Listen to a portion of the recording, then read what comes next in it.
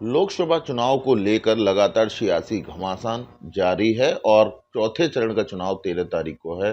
इसी बीच कानपुर में उत्तर प्रदेश सरकार के वरिष्ठ मंत्री धर्मवीर प्रजापति जी हमारे साथ मौजूद हैं एक बार फिर से, और जानने की कोशिश करेंगे कि चौथे चरण के चुनाव 13 तारीख को है और लगातार जिस तरह से राजनीतिक जो पारा है वो लगातार ऊपर नीचे हो रहा है, तो ऐसे में क्या कुछ माना जाए कि इस जो उत्तर प्रदेश में 80 सीटों का जो नारा है कि 80 और जनता का जो समर्थन है वो लगातार बीजेपी के साथ है, क्या वो अभी भी अटूट है इस मुद्दे पर? बीजेपी इस पर जानने की कोशिश कर रही है। सबसे पहले आपका स्वागत है भारत में। धन्यवाद आपका। क्या कहेंगे जिस तरीके से अगर बात करें, जो आप लगातार दौरे कर रहे हैं, निरीक्षण कर रहे हैं, लोगों से मिल रहे हैं, प्रत्याशियों के समर्थन में जा रहे हैं, क्या कुछ बदलाव देख रहे हैं? जनता का जो प्यार है वो आज भी वैसा ही है या कुछ बदलाव देख नहीं, रहे हैं? निश्चित रूप से कहीं-कहीं हमें देखने को मिला है तो व्यक्तिगत प्रत्याशी को लेकर के कुछ चर्चाएँ मिली हैं, लेकिन पार्टी और मोदी जी के प्रति और योगी जी के प्रति लोकप्रियता में कोई कमी नहीं है और पार्टी के प्रति कोई कमी नहीं है।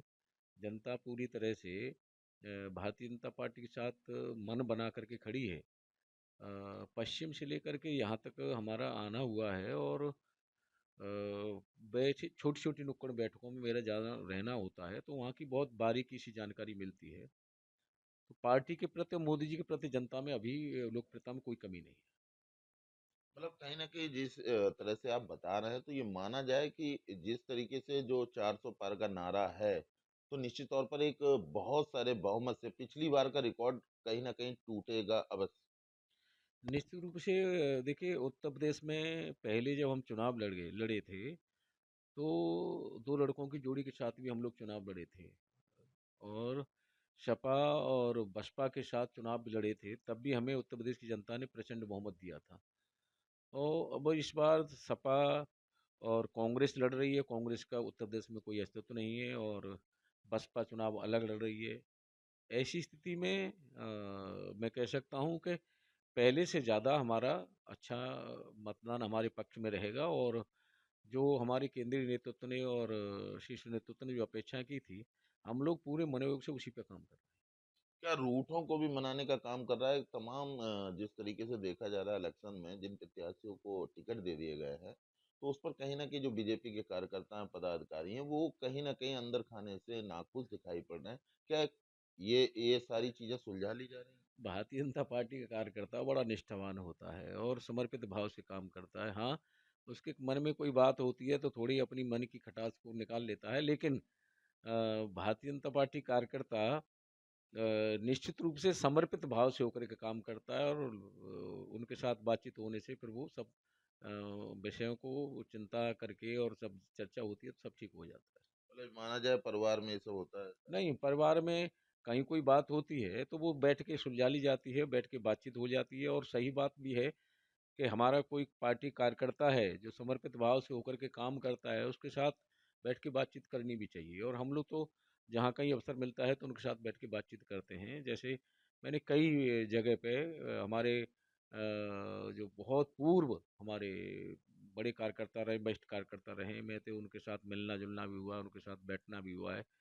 तो वहाँ से देखो बहुत चीज़ें अनुभव मिलता है और कहीं न कहीं पुराने जो लोग होते हैं मजबूत तो होते हैं और उनकी पकड़ भी होती है तो कहीं भी कोई भी बात होती है तो उनके साथ बातचीत से सारी चीज़ें सुलझ जाती हैं और मेरा मानना है कि सुलझानी चाहिए और हम लोग सुलझा रहे हैं और कहीं भी पार्टी का कहीं भी कोई ऐसी बात हमें कार्यकर्ताओं के विषय में मिलती है तो हम खुद जा कर के कार्यकर्ताओं से मिल लेते हैं जिस जिले में हम लोग जाते हैं। इस बार जिस तरीके से बात करें 4 जून को रिजल्ट आना है, तो क्या हैट्रिक लगेगी इस बार फिर से? क्या लगता निश्चित रूप से लग रही है और मैं कह सकता हूँ कि जो स्थिति हमने देखी है नीचे आम लोगों में, हाँ, इस बार थोड़ा ये दिख दिख रहा है कि उत्साह की कमी थोड़ी महसूस हो रही है कि उत्साह लोगों में जिस तरह चुनाव में होता था उसमें थोड़ी कमी है और वो परसेंटेज जो दिख रहा है कम होने का कारण भी एक वो ही है।